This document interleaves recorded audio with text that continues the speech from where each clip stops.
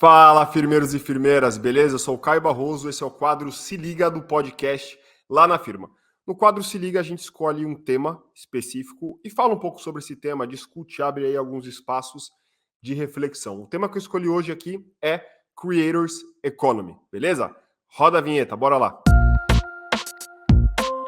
Bom, pessoal, a Creators Economy vocês devem estar escutando aí em toda parte, mas para quem não escutou, eu vou explicar um pouquinho o que é. Basicamente, a economia dos criadores, ou seja, pessoas que criam conteúdo nas redes sociais, nas plataformas, diversas plataformas digitais.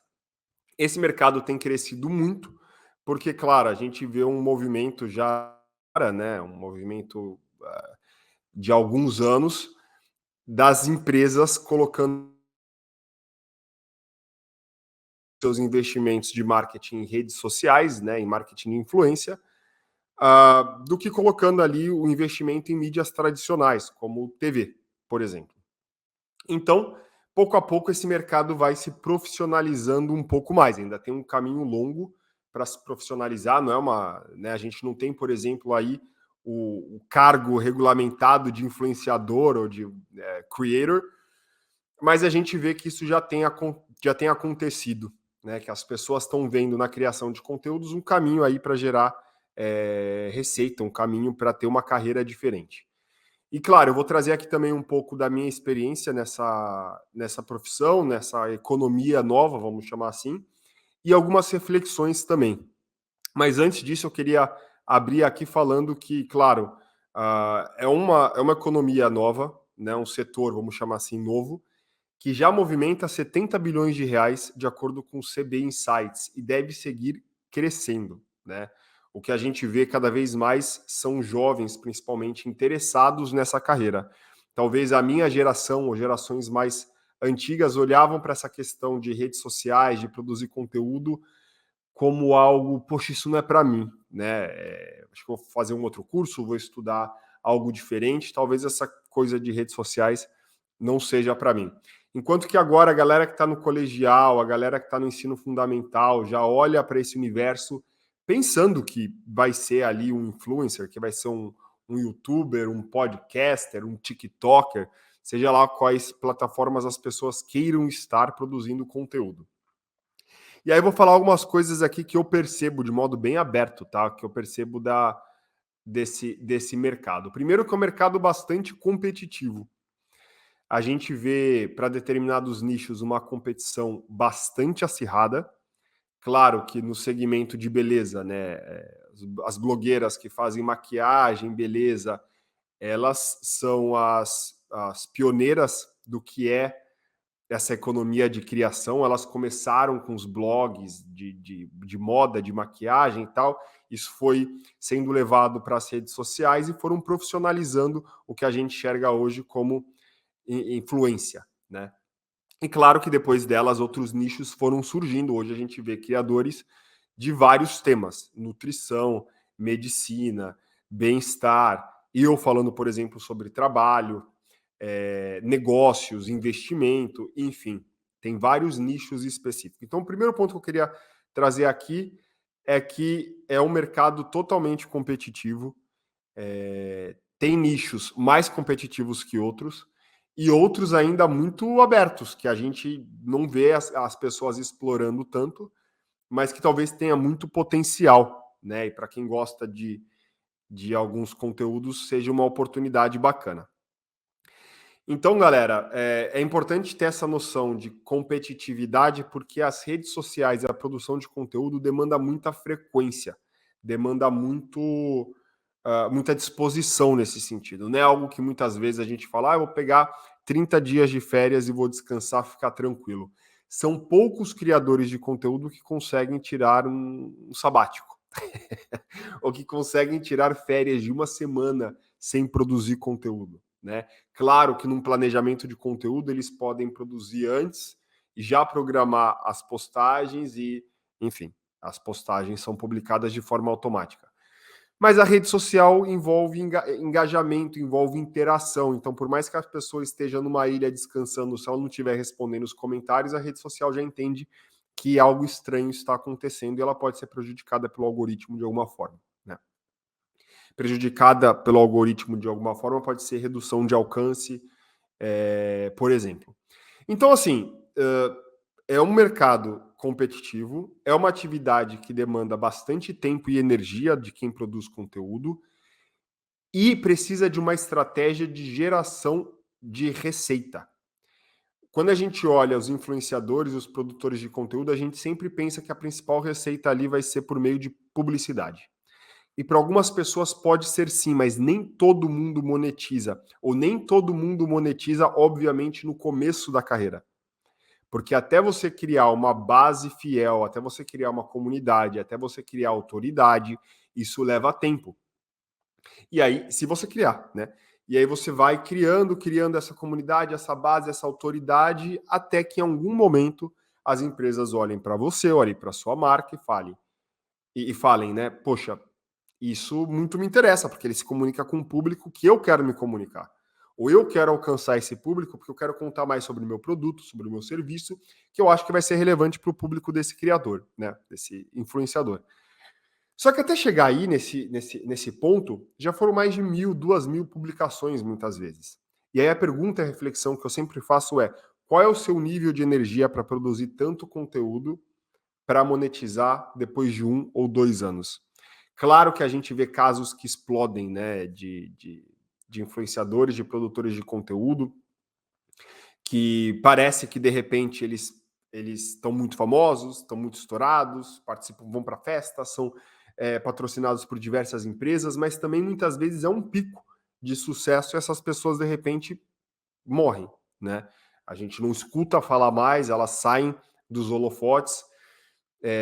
Às vezes, alguns bordões são muito engraçados por um período curto de 1 ano, 1 ano e meio, e de repente já não tem mais graça, porque a piada repetida também ela perde a graça.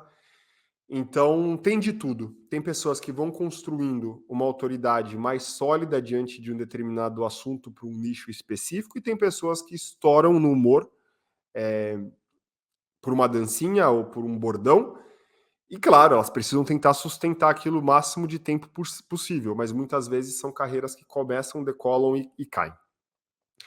Então, o que eu quero trazer aqui é que, além de competitivo, você precisa entender muito bem com quem você quer se comunicar, qual é o formato de conteúdo e de comunicação que você quer trazer para os seus conteúdos, para o seu universo, até porque você pode colocar um pouco mais de humor, um pouco mais de acidez, ou não, pode ser uma página mais séria, pode ser uma página mais militante. Aonde você quer estar? Qual o seu estilo de comunicação? Qual o formato de conteúdo que você também quer desenvolver? Isso tudo é importante pensar, porque pensar nisso significa entender também o quão perene vai ser a sua trajetória, né? Vejo pessoas que muitas vezes também viralizam com algo muito específico e aí mantém o mesmo formato de conteúdo por muito tempo e não se atualiza, não se adapta. Ou se mantém numa única plataforma, que também esse é um outro risco, que é você ficar refém de uma rede social só, de uma plataforma só. É a pessoa que é muito boa, mas ela está só no YouTube. E se alguma coisa acontecer com o YouTube ou surgir outra plataforma mais relevante que o YouTube, que substitua o YouTube, essa pessoa ela perde espaço, né? Então, todos esses pontos devem ser pensados, né? E eu falei aqui da questão de monetização, e eu quero voltar nesse ponto, porque eu falei da questão de monetização pensando que muitas vezes tem um investimento de tempo muito grande até você conseguir monetizar pela primeira vez com uma publicidade, com uma campanha de alguma marca.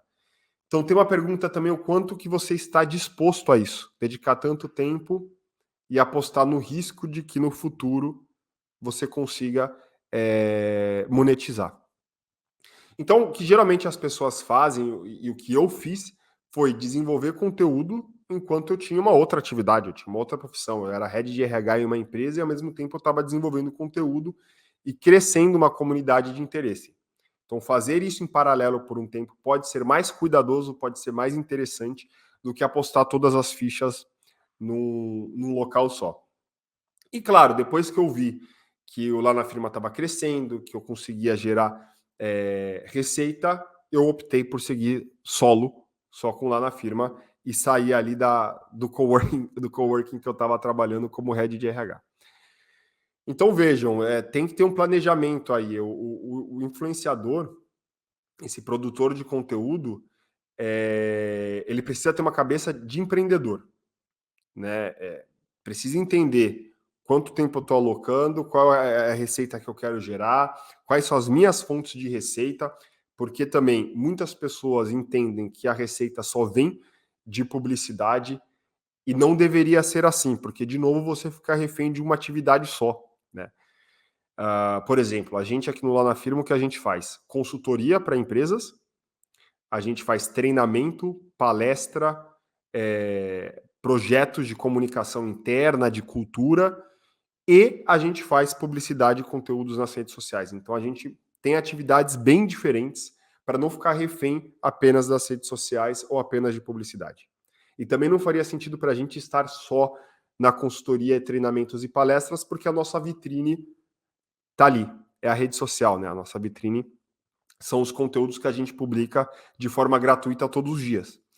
Então, uma coisa alimenta a outra. Isso que é importante também os criadores pensarem. Quais atividades que eu vou ter que elas se conversam de certa forma, né? Uma joga a bola para a outra, vamos dizer assim. Então, isso é importante, pensar em diversificação de receita também. Porque se algo acontece com uma rede social, ou talvez naquele ano o Instagram ele está flopando, ou se, enfim, como é que eu gero receita, né? Então a cabeça do criador de conteúdo precisa ser uma cabeça bastante empreendedora. E aí a gente vê algumas pessoas, né? Eu vejo de longe, conversando também com alguns produtores de conteúdo, que eles tentam entrar nesse mercado muito focado no engajamento, no número, preciso crescer base de seguidores, como. Calma, né? Acho que não é uma questão só de algoritmo, é uma questão de você entender que a partir de agora você é um negócio. Você precisa se olhar de fora. Você é um negócio, você é uma marca. Quais são os serviços que você tem, que você pode oferecer, para quem você oferece esses serviços. Então, é para PJ, é para empresa, né? Ou é para pessoa física? Você pode ter para PJ e para pessoa física também. Então, o que a gente começa a ver é um crescimento desse mercado. Muitos jovens, principalmente, considerando esse mercado de criação de conteúdo como um mercado possível, encantados pela ideia de que, claro, eles vão ter mais flexibilidade, que eles não precisam ter um chefe, que eles não precisam estar numa empresa, que eles podem produzir da forma que eles quiserem, ou seja, esse potencial criativo de produção é algo que chama a atenção dos jovens também. Essa liberdade de estar em qualquer lugar, né? Desde que você esteja com o celular, uma boa câmera, talvez uma iluminação e tal, você consegue desenvolver conteúdo. Então, tudo isso chama a atenção da pessoa que quer ir para esse universo da produção de conteúdo. Então, claro, tem vários aspectos interessantes dessa nova carreira quando a gente fala de criatividade, de flexibilidade, de novas formas de fazer dinheiro. E há também uma realidade que precisa ser encarada, né? São pouquíssimas pessoas que monetizam hoje diante de conteúdo, né? Então é importante a gente pensar sobre isso, porque se você é uma pessoa também que está escutando a gente pensando, cara, eu quero ser um creator, né? Eu quero ser um influenciador, uma influenciadora.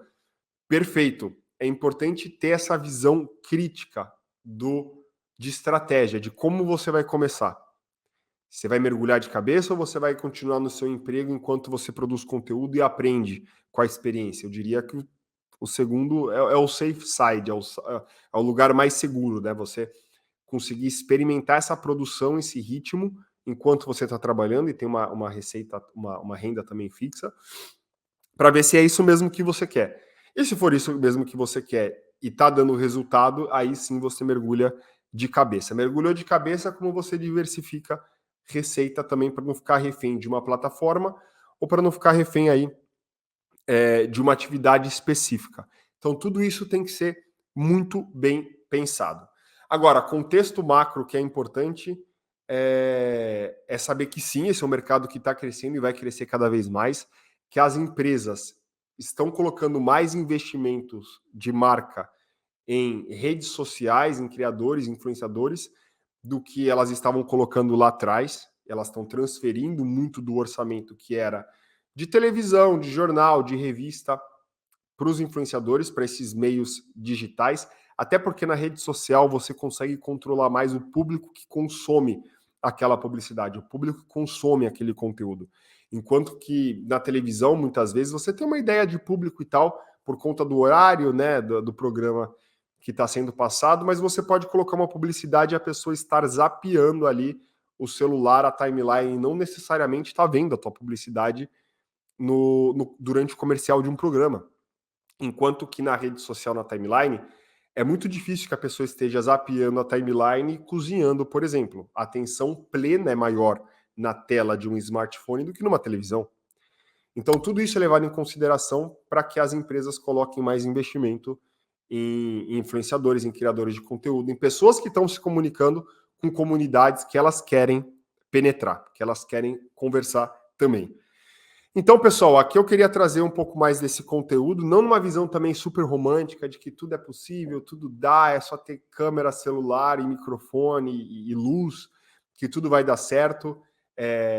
Pode ser que sim, mas para a minoria. Então, o que eu queria trazer aqui é uma dose de realidade, de falar, olha, demanda muita frequência, demanda muita consistência, demanda muita interação, demanda uma estratégia clara do porquê você está fazendo o que você está fazendo, é pela fama, pela vontade de ser conhecido, ou é porque você precisa pagar suas contas também?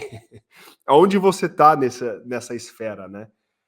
Então, tem todos esses aspectos que devem ser levados em consideração. E tem também aspectos, claro, muito positivos da carreira, como flexibilidade, mais autonomia, você poder trabalhar de onde você quiser, falando sobre temas que você gosta, que você curte, buscando uma comunidade de interesse. Então tem tudo isso. Mas eu diria que o mais importante é você entender um pouco dessa necessidade de mentalidade empreendedora diante da influência.